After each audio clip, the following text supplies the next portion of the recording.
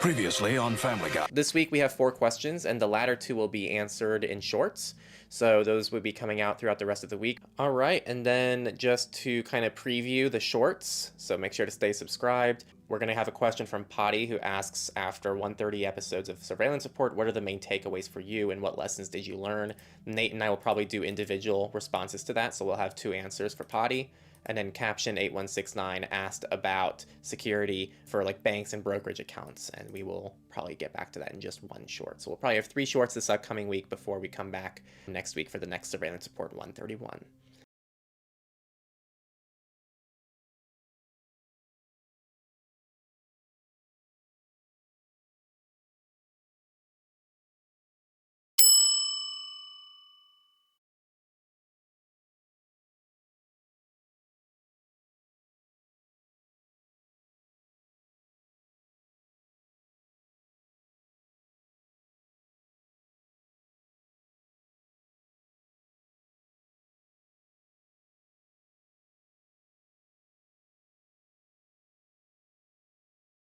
Now first, thanks everyone for the patience as we're trying to catch up. We're doubling down on news this week and to cover the last 2 weeks.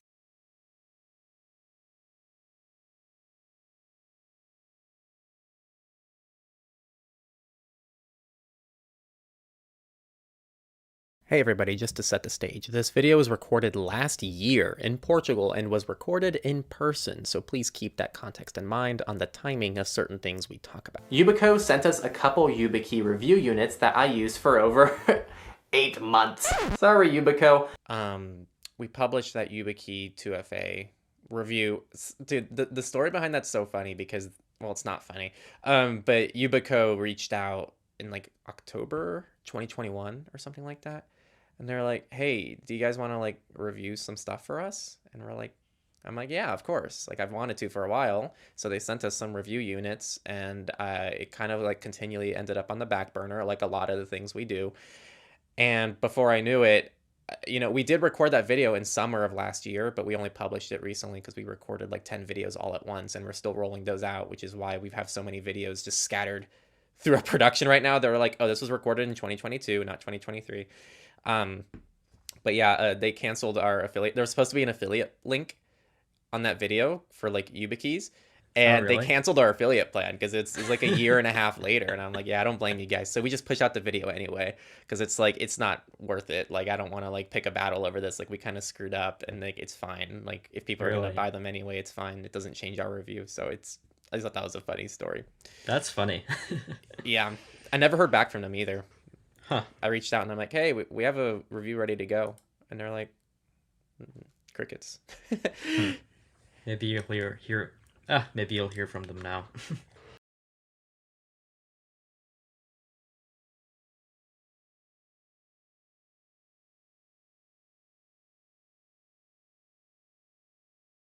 First of all, I would also like to offer an apology for falling behind. I was moving last week. Things have been a little crazy. Hopefully they should be returning to normal soon.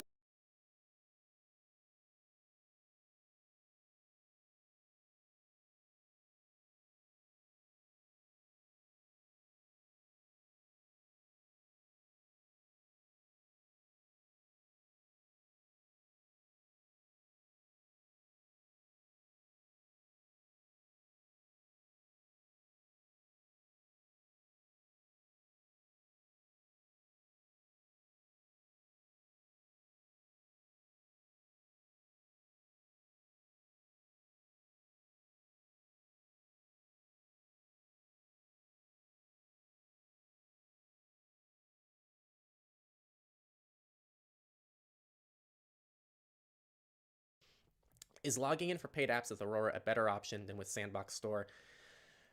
I'm gonna avoid and dodge that question.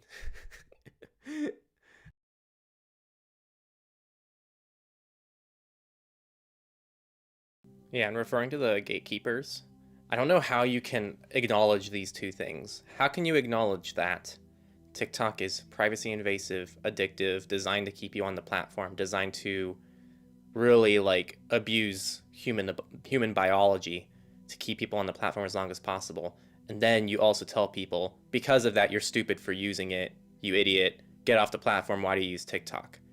like you're literally just not helping anyone by doing that. So if you're on Reddit especially, and you like people are like, how do I use Reddit or how do I use TikTok more privately? And then someone's in the comments going, well, how do you use TikTok? LOL. And it's like, dude, no help.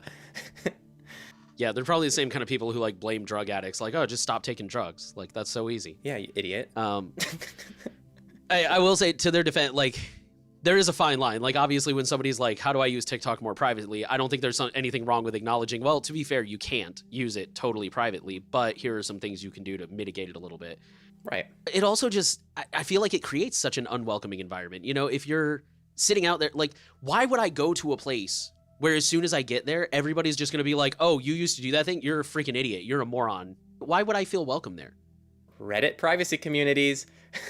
Yeah, and like, again, there's nothing wrong with admitting like TikTok is bad, TikTok is not private, but don't make fun of the people because they probably don't know any better. And once they start realizing it and they're like, oh, maybe I should learn more about this. Maybe I should dig into this. Oh, here's 20 videos calling me the stupidest person on earth because I didn't know any better. Like, we don't send kids to school and then go like, you don't know the alphabet, you freaking dumbass. Like, we don't do that.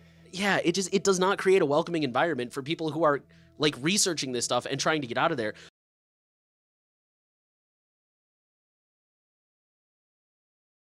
Personal note, I'm not a huge burger fan for those who probably follow me on Mastodon, but I did try Five Guys once.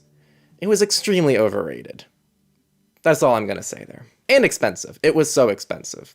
I'm trying to remember here, actually. I think I got a grilled cheese from Five Guys. And it was $7.50, and it was like 300 calories. I was like, wow, I could eat like 4 of these, and I would leave here spending $30. It's like ridiculous. I do not recommend Five Guys, but...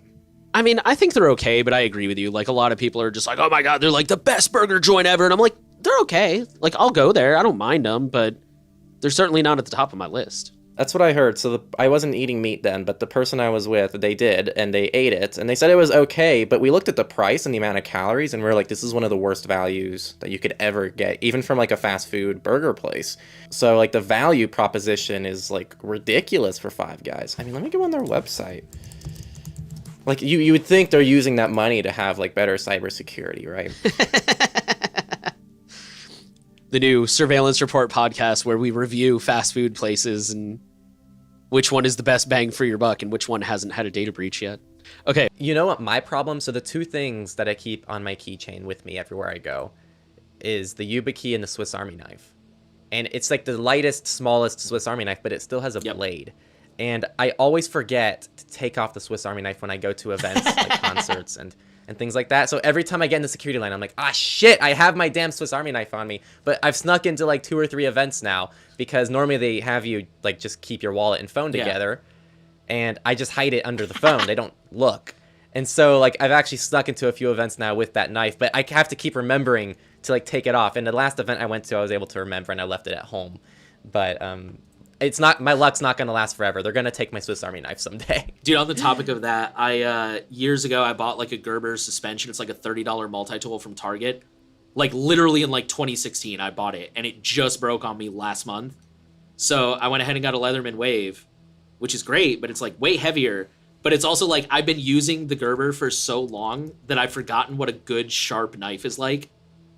Like when I got the new one, I popped it open to like open a box or something and it's just like, and I'm like, oh my God, this is so sharp. Gerber, okay, I'm looking. Do they have a multi? Yeah, the suspension. That's the one I just mentioned. I had it for like 6 years before it broke. Oh, I had a very similar one, and I got it when I was like a kid, like really young. I'm talking like too young to have a knife.